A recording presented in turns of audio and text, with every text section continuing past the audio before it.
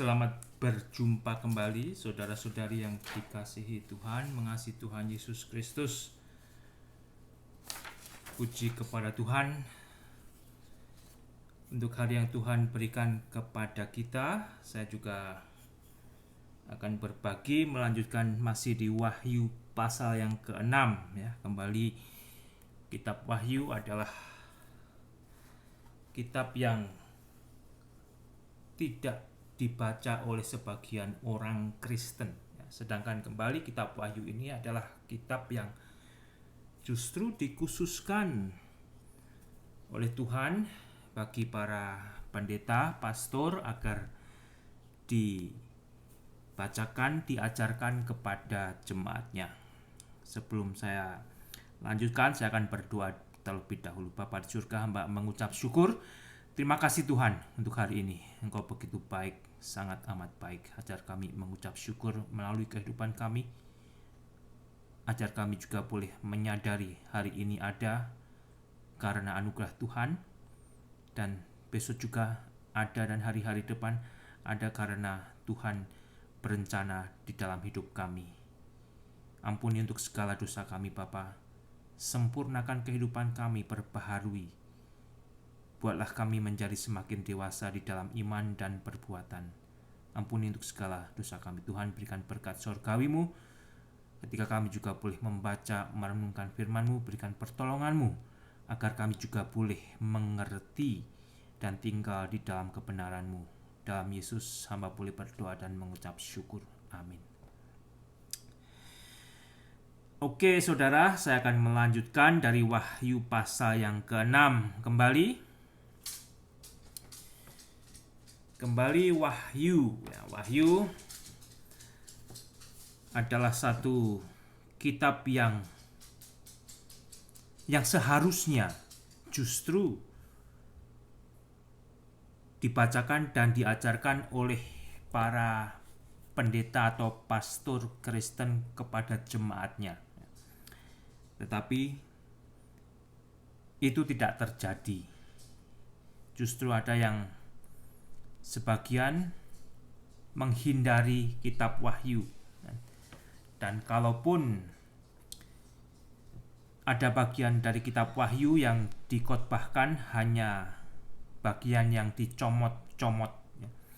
Sedangkan kembali di dalam kitab Wahyu ini, kita membaca di pasal pertama ayat yang ke-19.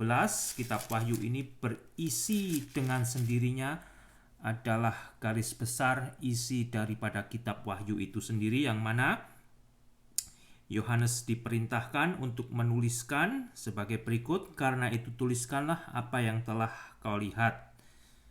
Yang telah kau lihat ya. Itu bagian pertama, baik yang terjadi sekarang, bagian kedua yang terjadi saat ini, maupun yang akan terjadi sesudah ini. Dan bagian ketiga adalah hal-hal yang akan terjadi sesudah bagian kedua selesai. Yang mana saya akan ulang. Bagian yang pertama adalah pasal yang pertama sudah berlalu. Bagian kedua adalah bagian yang sedang berlangsung, yaitu pasal 2 dan pasal 3.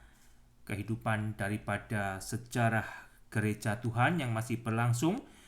Dan kalau sejarah gereja Tuhan sudah selesai, gereja Tuhan dibawa ke sorga, barulah dunia akan memasuki di bagian yang ketiga, yaitu mulai pasal yang keempat, pasal keempat sampai dengan 22.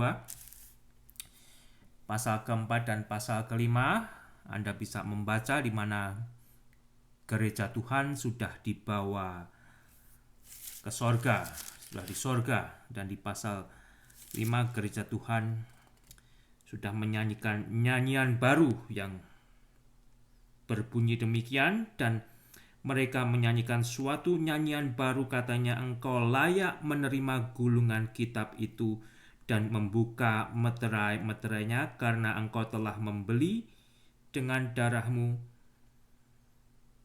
karena engkau telah disembelih dan dengan darahmu engkau telah membeli kami bagi Allah dari tiap-tiap suku dan bahasa dan kaum dan bangsa.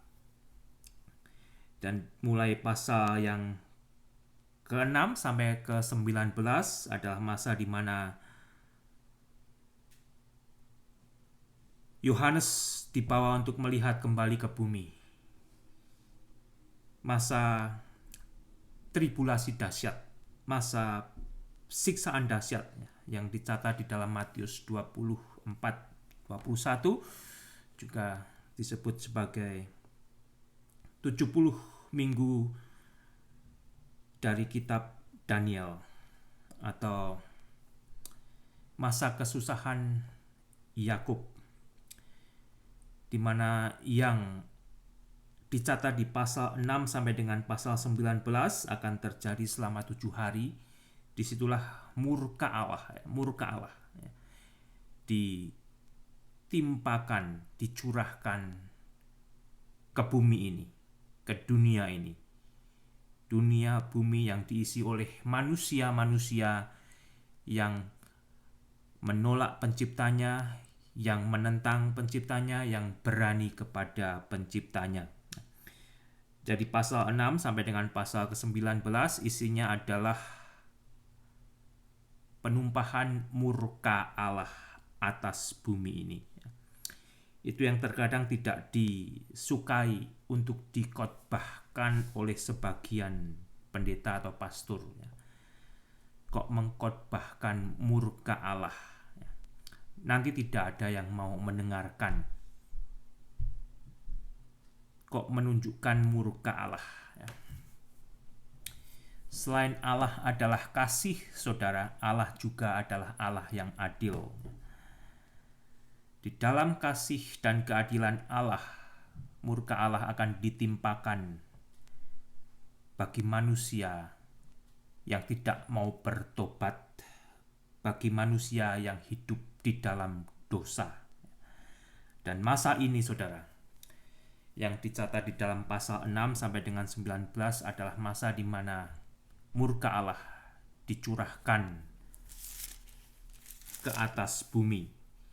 Di dalam Wahyu pasal 6 ayat ke-17 demikian bunyinya, sebab sudah, saya akan baca mulai dengan ayat 16 ya.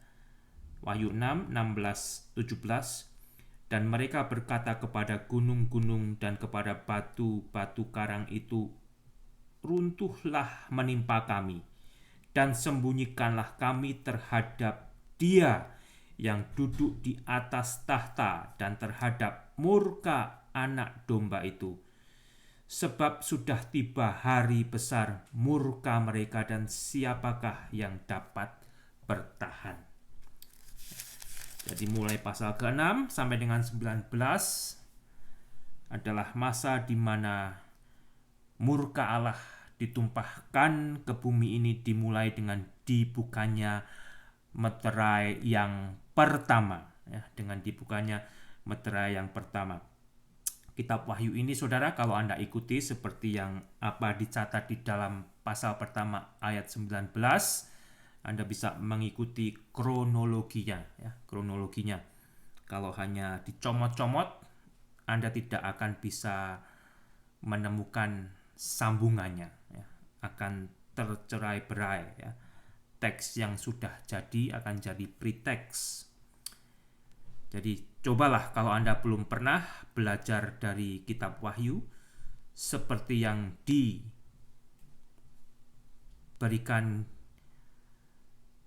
guideline dari pasal 1 ayat 19 itu, lakukanlah. Dan itu akan mempermudah Anda untuk belajar dan memahami isinya. Toh kalaupun Anda kembali belum pernah mendengar khotbah isi kitab Wahyu ini dari pendeta Anda, dari pastor Anda, bacalah saudara. Karena kembali kitab Wahyu ini adalah satu-satunya kitab di dalam Alkitab yang berisi janji dari Allah, janji bahagia kepada setiap orang yang mau membaca, mendengarkannya, dan mentaati apa yang ditulis di dalam kitab ini. Orang tersebut akan diberkati secara langsung sesuai dengan apa yang sudah dijanjikan di dalam kitab ini. Dan di kitab ini juga terdapat 7 janji bahagia yang lain yang diberikan kepada kita yang mau membacanya. Memang kembali saudara, tidak semua orang Kristen membaca kitab Wahyu. Ada yang takut ya. Aneh saudara, betul ya. Ada yang takut. Bagaimana Anda sendiri? Apakah Anda sudah pernah membaca kitab Wahyu ini secara pribadi? Apakah Anda sudah pernah mendengar khotbah dari gereja di mana Anda berjemaat? Dan kalau belum kembali ya, bacalah, dengarkanlah, dan taatilah isinya. Maka berkat dari Tuhan itu yang dijanjikan di dalam kitab ini adalah bagi Anda, saudara. Bagi Anda. Ya. Dan di pasal ke-6 ini kembali kita akan membaca bagian di mana murka Allah ditimpakan ke atas bumi selama 7 tahun. Ya, selama 7 tahun. Murka Allah, saudara, yang ditimpakan ke bumi selama 7 tahun nanti. Di situ juga akan terjadi satu kegoncangan bagi manusia yang dulunya tidak mau percaya kepada Allah untuk percaya kepada Yesus yang telah diutusnya sebagai juru selamat manusia. Bahkan sampai saat ini juga masih banyak orang yang tidak mau percaya jikalau apa yang sudah dicatat di Wahyu pasal yang ke-6 sampai dengan 19 ini benar-benar akan terjadi. Ya. Peristiwa yang begitu dahsyat, peristiwa yang begitu menakutkan, keji, kejam. Ya. Akankah Allah itu sekejam itu? Ya. Akankah Yesus itu sekejam itu seperti apa yang terdapat di dalam isi daripada pasal ke-6 sampai dengan ke-19. Kok Alkitab isinya hal-hal yang seperti itu? Tidak mungkin, itu pasti hanya simbol-simbol saja. Kembali kalau Anda ikutin outline yang diberikan di pasal 1 sampai 19, meskipun ada simbol-simbol, tetapi kitab Wahyu ini adalah kitab yang berisi peristiwa demi peristiwa yang akan digenapi. Dan simbol-simbol yang ada di dalam kitab Wahyu ini diterjemahkan dari isi Alkitab ini sendiri, khususnya dari bagian Perjanjian Lama.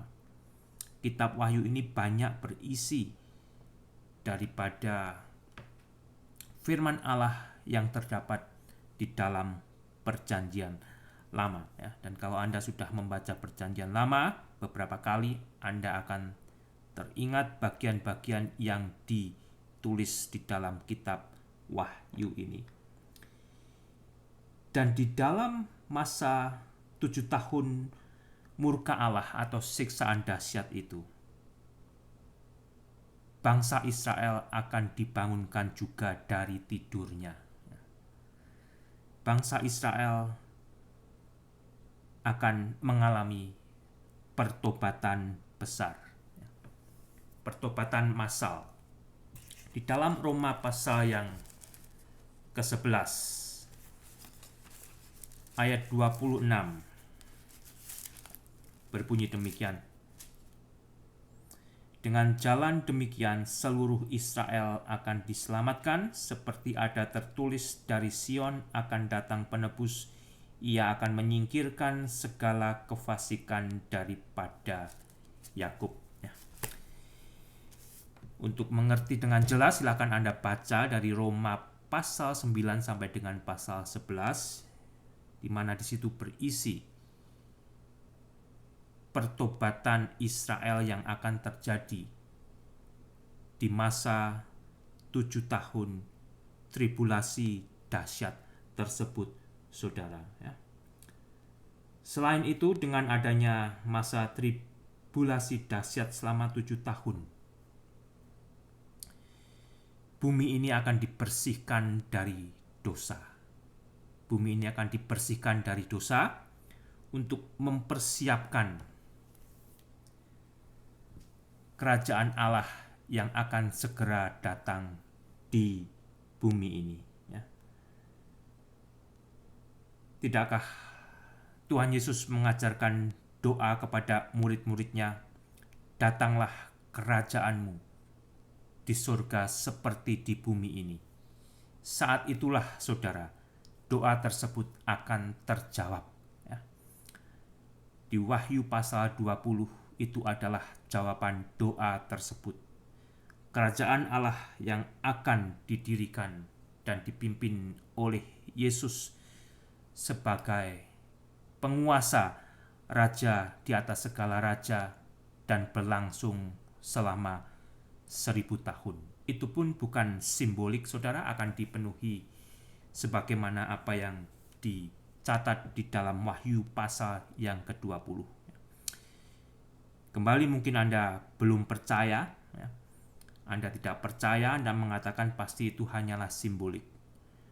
Kalau Anda membaca sesuai dengan outline atau garis besar yang diberikan di pasal 1 ayat ke-19, Anda akan menemukan yang ditulis dari kitab Wahyu dari awal sampai dengan akhir. Anda bisa mengikuti kronologinya, meskipun nanti di pasal mulai dengan pasal 4 sampai 19 tidak berurutan dari pasal demi pasal, tetapi 4-5 itu adalah yang pertama, kemudian mulai dengan 6 sampai 19 itu akan berisi peristiwa yang akan terjadi saat itu. Sehingga di sini, saudara, bila terutama Anda yang masih asing terhadap kitab Wahyu, ya, biarlah Anda juga boleh bersedia membacanya, belajarnya dengan pelan-pelan, ya, ya. Karena memang kalau Anda baru pertama kali, kedua kali membaca, Anda akan banyak berisi kebingungan. Ini isinya apa, gitu ya? Kok isinya seperti ini?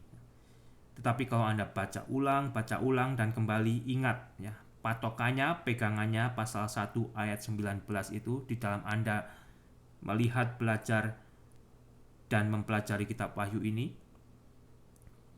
Kronologinya yang pertama yang sudah berlalu adalah pasal pertama, dan yang sedang terjadi pasal 2 dan ketiga, yaitu masa ini, masa anugerah, masa gereja. Setelah masa anugerah, masa gereja selesai, barulah kita akan dibawa untuk memasuki masa berikutnya, yaitu masa tribulasi dahsyat. Masa tribulasi dahsyat. Di pasal 6 ayat yang pertama, saya akan membaca sampai dengan ke-8, dan ini masih akan saya ulang lagi di dalam hari-hari berikutnya. Demikian bunyinya, "Maka aku melihat anak domba itu membuka yang pertama dari ke-7 meterai itu, dan aku mendengar yang pertama dari ke-4 makhluk itu berkata dengan suara bagaikan bunyi guruh, 'Mari.' Dan aku melihat sesungguhnya ada seekor kuda putih, orang yang menunggangnya memegang sebuah panah, dan kepadanya dikaruniakan sebuah mahkota, lalu ia maju sebagai pemenang untuk merebut kemenangan. Dan ketika anak domba itu membuka meterai yang kedua, aku mendengar makhluk yang kedua berkata, 'Mari.' Dan majulah seekor kuda lain, seekor kuda merah padam, dan orang yang menunggangnya dikaruniakan kuasa untuk mengambil damai sejahtera dari atas bumi. sehingga mereka saling membunuh, dan kepadanya dikaruniakan sebilah pedang yang besar. Dan ketika anak domba itu membuka meterai yang ketiga, aku mendengar makhluk yang ketiga berkata, "Mari." Dan aku melihat sesungguhnya ada seekor kuda hitam, dan orang yang menunggangnya memegang sebuah timbangan di tangannya. Dan aku mendengar seperti ada suara di tengah-tengah makhluk itu berkata, "Secupak gandum sedinar, dan 3 cupak jelai sedinar, tetapi janganlah rusakkan minyak dan anggur itu." Dan ketika anak domba itu membuka meterai yang keempat, aku mendengar suara makhluk yang keempat berkata, "Mari." Dan aku melihat sesungguhnya ada seekor kuda hijau kuning, pucat, ya.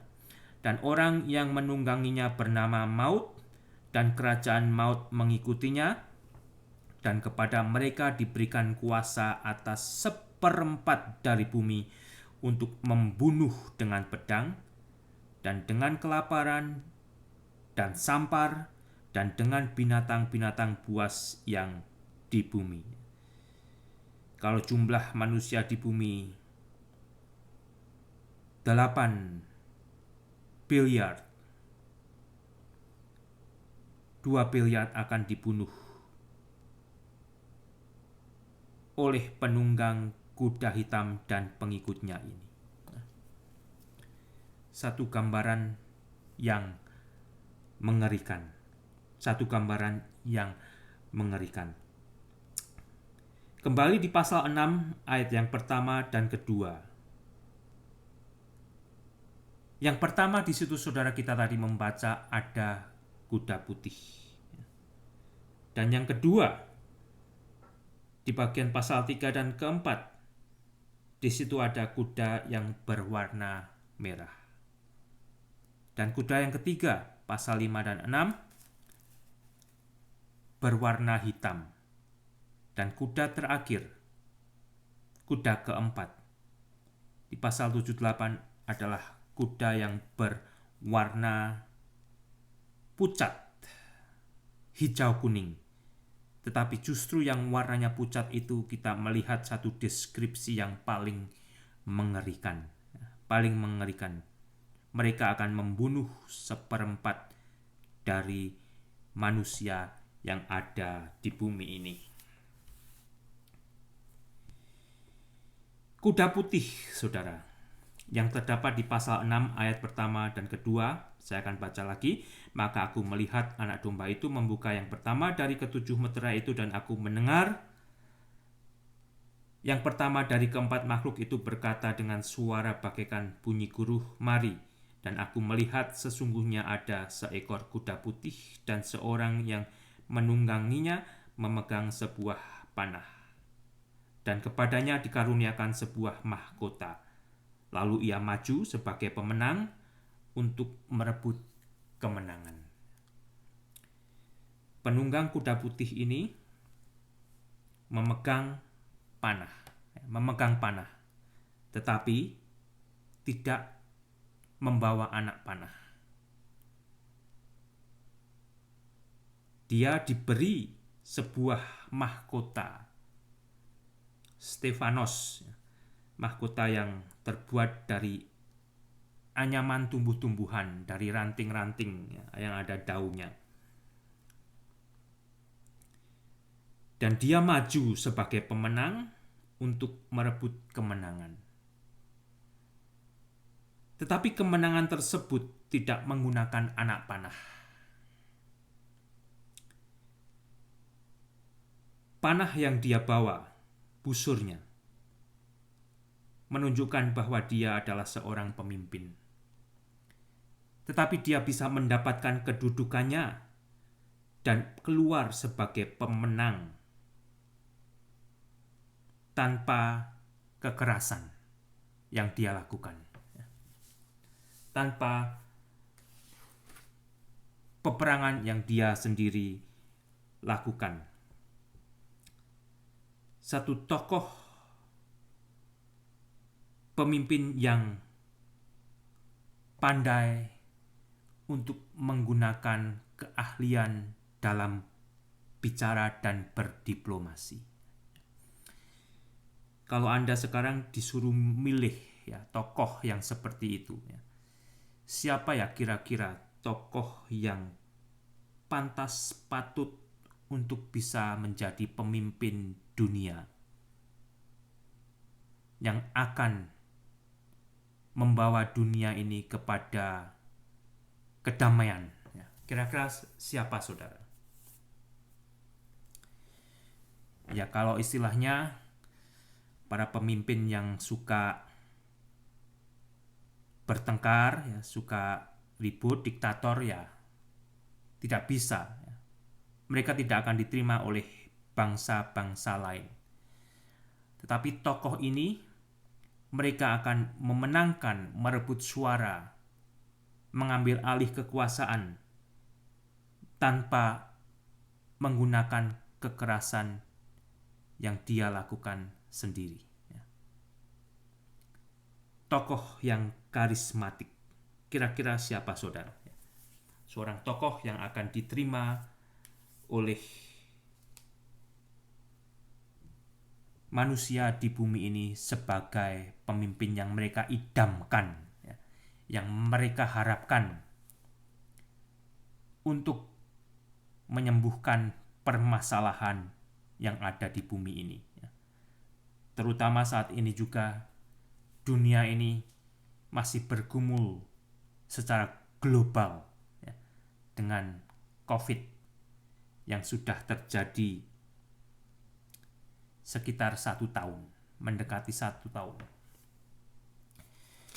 Siapa satu pemimpin yang bisa dipilih oleh dunia untuk mengatasi, menuntaskan masalah ini?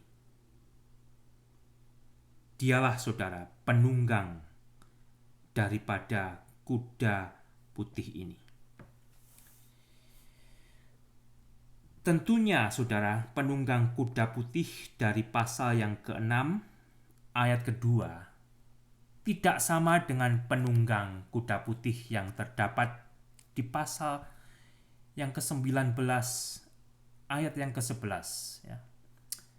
Mungkin ada sebagian yang pernah membaca kitab Wahyu ini, ada yang berkata, loh, di sana pasal 6 ada kuda putih. Di pasal 19 juga ada kuda putih. Betul, kedua-duanya kuda tersebut berwarna putih. Tetapi kalau Anda baca dengan seksama kembali, penunggangnya berbeda. Ya. Penunggang kuda putih di pasal 6 ayat yang kedua ini, mereka memegang sebuah panah, dikaruniai sebuah mahkota, yaitu Stefanos, mahkota yang terbuat daripada anyaman tumbuh-tumbuhan. Dan kalau kita bandingkan dengan penunggang kuda dari pasal yang ke-19, apa bedanya, saudara? Apa bedanya, ya? Demikian bunyinya, pasal 19 ayat ke-11, lalu aku melihat sorga terbuka, sesungguhnya ada seekor kuda putih, dan ia yang menungganginya bernama Yang Setia dan Yang Benar. Di pasal 19 ini penunggang kuda putih memiliki nama, yaitu namanya Yang Setia dan Yang Benar. Dia menghakimi dan berperang dengan adil. Matanya bagaikan nyala api, dan di atas kepalanya terdapat banyak mahkota. Kalau tadi mahkotanya adalah Stefanos, kalau yang ini mahkotanya adalah diadem. Dan padanya ada tertulis suatu nama yang tidak diketahui seorang pun, kecuali ia sendiri, dan ia memakai jubah yang telah dicelup dalam darah, dan namanya ialah Firman Allah. Penunggang kuda putih di pasal 19 ini, dia menggunakan jubah yang telah dicelup dalam darah, dan namanya ada, saudara, siapa? Firman Allah dan semua pasukan yang di sorga mengikuti dia, mereka menunggang kuda putih dan memakai lenan halus yang putih bersih. Dia ini diikuti oleh gerejanya yang sudah dibawanya ke sorga, yang tidak lain adalah Yesus sendiri. Yesus di pasal yang ke-19 ini, dengan menunggang kuda putih, dia akan kembali menepati janji kedatangan dia yang kedua kali untuk mengakhiri masa 7 tahun tribulasi dahsyat dengan menghancurkan kekuasaan antikristus. Dia bersama gerejanya yang sudah dibawa ke surga akan kembali ke bumi. Sehingga kembali saudara, penunggang kuda di Wahyu 19 itu tidak lain adalah Tuhan Yesus sendiri yang akan kembali ke bumi untuk mengakhiri masa tribulasi dahsyat. Dia akan datang bersama pasukannya yang menggunakan baju linen putih yang tidak lain adalah jemaat Tuhan, gereja Tuhan yang sudah dibawa ke surga sebelum murka Allah mulai ditimpakan, ya, ketika meterai pertama dia buka. Dan balik lagi kepada pasal 6 ayat yang kedua ini, penunggang kuda putih di pasal yang ke-6 ayat yang kedua ini, dia akan menjadi pemimpin, saudara, ya. Dia akan menjadi pemimpin, tetapi kepemimpinannya tidak akan lama. Kalau Anda perhatikan di pasal 6 ayat 3 dan 4 dikatakan, dan ketika anak domba itu membuka meterai yang kedua, aku mendengar makhluk yang kedua berkata, mari. Dan majulah seekor kuda lain, seekor kuda merah padam, dan orang yang menungganginya dikaruniakan kuasa untuk mengambil damai sejahtera dari atas bumi, yang mana dulunya dipimpin oleh si penunggang kuda putih tersebut. Sehingga mereka saling membunuh, dan kepadanya dikaruniakan sebilah pedang yang besar. Kalau Anda membaca di Matius pasal 24, ya, Matius pasal 24, murid-murid Yesus saat itu bertanya kepada Yesus. Pasal yang ketiga, ketika Yesus duduk di atas Bukit Zaitun, datanglah murid-muridnya kepada Yesus untuk bercakap-cakap sendirian dengan Yesus. Kata mereka, katakanlah kepada kami bila manakah itu akan terjadi, dan apakah tanda kedatanganmu dan tanda kesudahan dunia. Jawab Yesus kepada mereka, waspadalah supaya jangan ada orang yang menyesatkan kamu. Sebab banyak orang akan datang dengan memakai namaku dan berkata, akulah Mesias, dan mereka akan menyesatkan banyak orang. Penunggang kuda putih tadi tidak lain adalah Mesias palsu. Satu pemimpin yang diidam-idamkan oleh dunia, oleh manusia, untuk menyelesaikan masalah yang ada. Untuk menyelesaikan masalah yang ada. Ya, pemimpin ini memberikan damai kepada dunia, kepada bumi. Tetapi sesuai apa yang dicatat di pasal yang keempat, damai tersebut tidak lama dipimpinnya. Damai tersebut diambil alih oleh penunggang kuda merah ini. Simbol merah, simbol darah, simbol peperangan. Dan majulah seekor kuda lain, seekor kuda merah padam, dan orang yang menungganginya dikaruniakan kuasa untuk mengambil damai sejahtera. Jadi damai sejahtera yang sementara.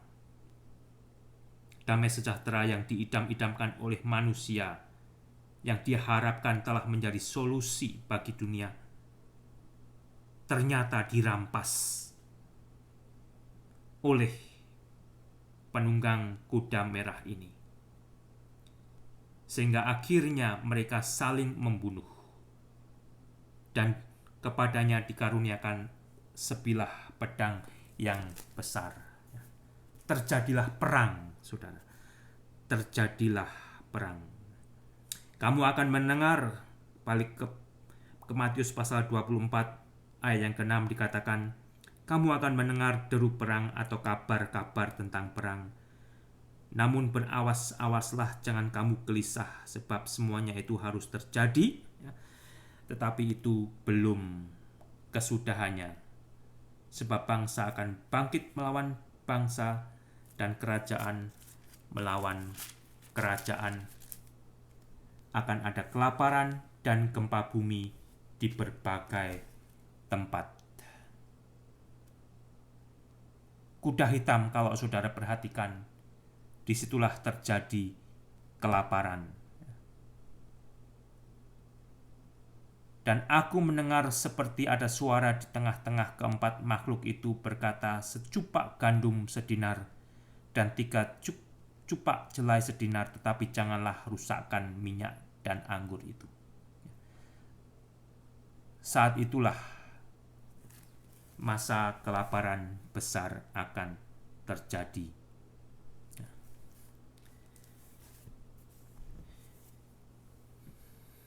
Dan kuda yang pucat, kuda keempat, adalah kuda yang membawa kematian besar. Kematian besar.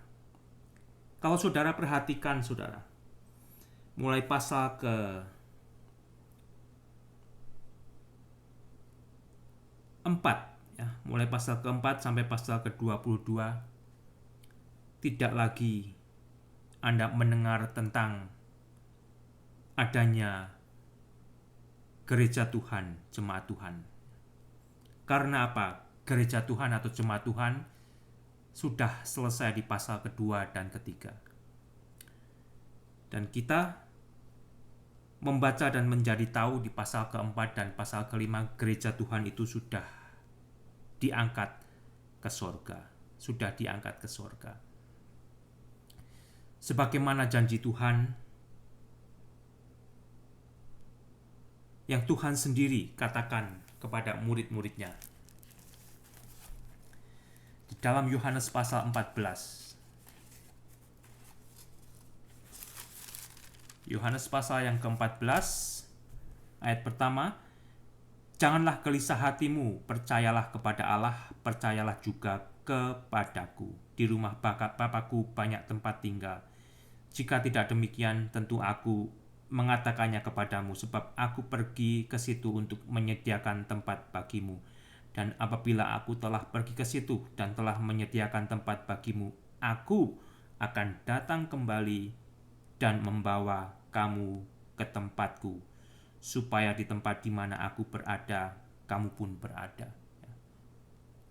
Dan saat itu, tempat yang Yesus sediakan sudah selesai. Sebelum masa tribulasi dahsyat itu, Tuhan akan kembali turun dari surga ke angkasa untuk membawa jemaatnya. Anda pernah membaca 1 Tesalonika pasal yang ke-4 ayat yang ke-14, demikian bunyinya, karena jikalau kita percaya bahwa Yesus telah mati dan telah bangkit, maka kita percaya juga bahwa mereka yang telah meninggal dalam Yesus akan dikumpulkan Allah bersama-sama dengan Dia. Ini kami katakan kepadamu dengan firman Tuhan. Kita yang hidup, yang masih tinggal sampai kedatangan Tuhan, sekali-kali tidak akan mendahului mereka yang telah meninggal. Sebab pada waktu tanda diberi, yaitu pada waktu penghulu malaikat berseru dan sangkakala Allah berbunyi, maka Tuhan sendiri akan turun dari sorga, dan mereka yang mati dalam Kristus akan lebih dahulu bangkit. Sesudah itu, kita yang hidup, yang masih tinggal, akan diangkat bersama-sama dengan mereka dalam awan, menyongsong Tuhan di angkasa. Demikianlah kita akan selama-lamanya bersama-sama dengan Tuhan. Oleh karena itu hiburkanlah seorang akan yang lain dengan perkataan-perkataan ini. Sama halnya firman Tuhan yang dituliskan melalui Paulus kepada jemaat di Korintus, 1 Korintus pasal yang ke-15 berbunyi demikian. 1 Korintus 15 51 sampai dengan 53. Sesungguhnya aku menyatakan kepadamu suatu rahasia. Rahasia, saudara. Percayakah Anda akan rahasia ini? Kita tidak akan mati semuanya, tetapi kita semuanya akan diubah dalam sekejap mata pada waktu bunyi nafiri yang terakhir, sebab nafiri akan berbunyi dan orang-orang mati akan dibangkitkan dalam keadaan yang tidak dapat binasa, dan kita semua akan diubah. Karena apa yang dapat binasa ini harus mengenakan apa yang tidak dapat binasa, dan yang dapat mati ini harus mengenakan yang tidak dapat mati. Dengan kata lain, saudara, dengan kata lain, kehidupan orang Kristen saat ini sebetulnya adalah kehidupan yang penuh dengan penantian. Itu sendiri diajarkan oleh Alkitab, agar kita menjadi orang Kristen yang menantikan kedatangan Tuhan. Bukan kedatangan kedua kalinya untuk menjadi penguasa di bumi ini, tetapi kedatangan Tuhan di angkasa untuk menjemput gerejanya, untuk menjemput jemaatnya. Kita diajar supaya kita berjaga-jaga. Di dalam 1 Tesalonika pasal ke-5 dikatakan, tetapi tentang zaman dan masa saudara-saudara tidak perlu dituliskan kepadamu, karena kamu sendiri tahu benar-benar bahwa hari Tuhan datang seperti pencuri pada malam.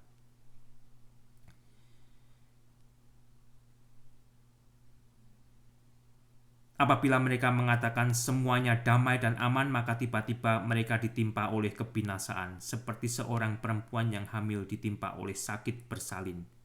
Mereka pasti tidak akan luput, akan memasuki masa tribulasi. Tetapi kamu, orang Kristen, orang yang percaya kepada Yesus, orang yang sudah mengalami kelahiran baru di dalam roh, yang terdiri dari karismatik, Pentakosta, Baptis, Presbyterian, Katolik, yang ditemukan oleh Tuhan sendiri jikalau pribadi-pribadi tersebut telah mengalami kelahiran baru di dalam roh.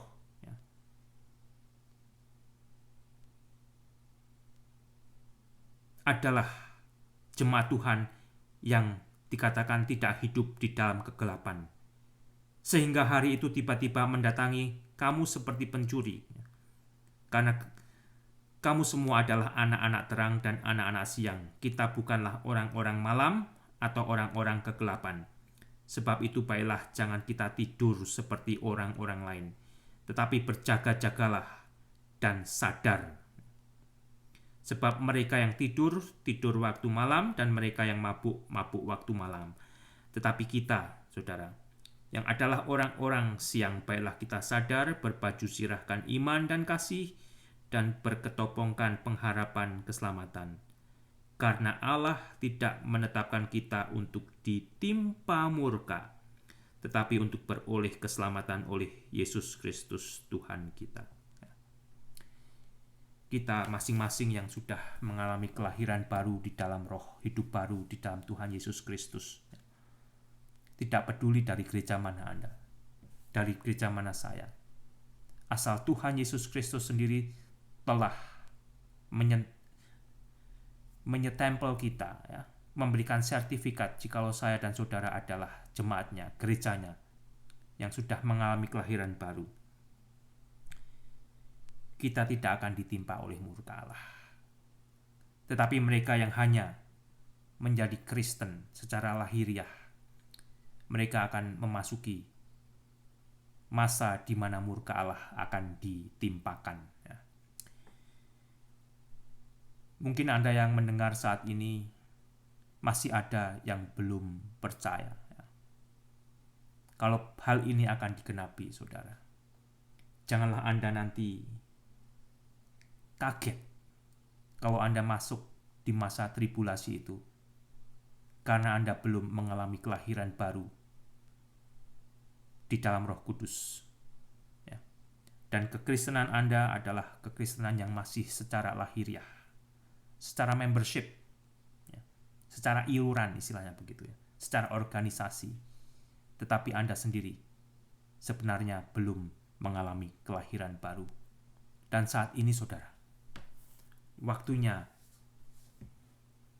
Anda menjadi orang percaya, orang Kristen yang dilahirkan baru di dalam Roh Kudus. Ya. Katakan kepada Tuhan Yesus, Tuhan, aku mau jadi orang Kristen yang kau anggap sebagai anak-anakmu. Ya. Aku tidak mau hanya jadi Kristen-Kristenan yang secara organisasi. Ya. Aku tidak mau jadi Kristen-Kristenan ya, yang secara membership. Tetapi aku mau jadi orang Kristen yang benar-benar hidup baru di dalam penebusan-Mu. Katakan itu, saudara. Yakini itu dari hati dan iman Anda, maka Anda akan dijadikan baru oleh Tuhan Yesus. Dan ketika gereja Tuhan diangkat ke surga, Anda juga akan dibawa bersama jemaatnya untuk ke surga. Kehidupan jemaat Tuhan tidak tumpul, saudara. Kalau Anda perhatikan, gereja Tuhan akan kembali.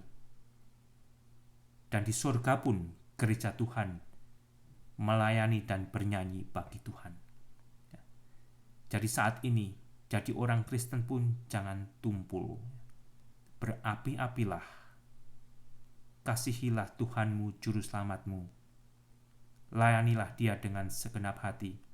Dengan kesempatan yang ada, saksikanlah Juru Selamatmu, saksikanlah Yesusmu yang telah merubah hidupmu, agar orang yang melihat dan mendengar kesaksianmu, mereka juga boleh diselamatkan oleh Allah di dalam penebusan Yesus Kristus.